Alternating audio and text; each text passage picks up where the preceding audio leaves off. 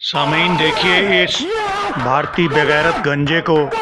जब पाकिस्तान के मैच मुश्किल में फंसने के आसार नुमाया हुए तो किस तरह ये गैर मुहज़्ज़ब तरीके से अपने टीवी चैनल पर आकर नाचने लगा और नारे लगाने लगा और पाकिस्तान के खिलाफ अपना जहर उगलने लगा।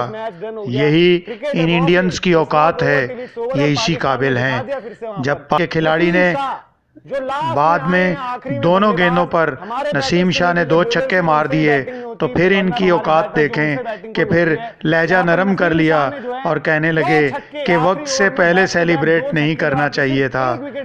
भारतीयों, तुम वक्त से पहले करो या वक्त के बाद करो, जिल्लत और रुसवाई तुम्हारा मुकद्दर है।